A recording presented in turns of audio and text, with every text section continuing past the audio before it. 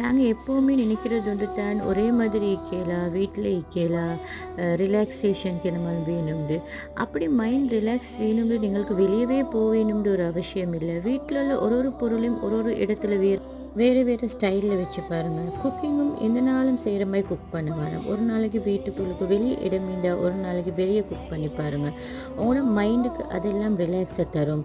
நாங்கள் வெளியவே போயிட்டு மிச்சம் சாலரி ஸ்பெண்ட் பண்ணி நாங்கள் ஒவ்வொரு ட்ரிப் போயிட்டு தான் எங்களோட மைண்ட் ரிலாக்ஸ் ஆகணுன்ற எந்தவித தேவையும் இல்லை. எங்களுக்கு வீட்டுக்கே ரிலாக்ஸ் ஆகிக்கிறதுக்கு ஏழுமான விஷயங்கள் நிறைய என்ன உண்டு அதை நாங்கள் கண்டுபிடிச்சிக்கொள்கிறோம் இல்லை, அதுக்காக நாங்கள் கொஞ்சம் கூட முயற்சி எடுக்கிறோம் இல்லை. இதுதான் விஷயம்.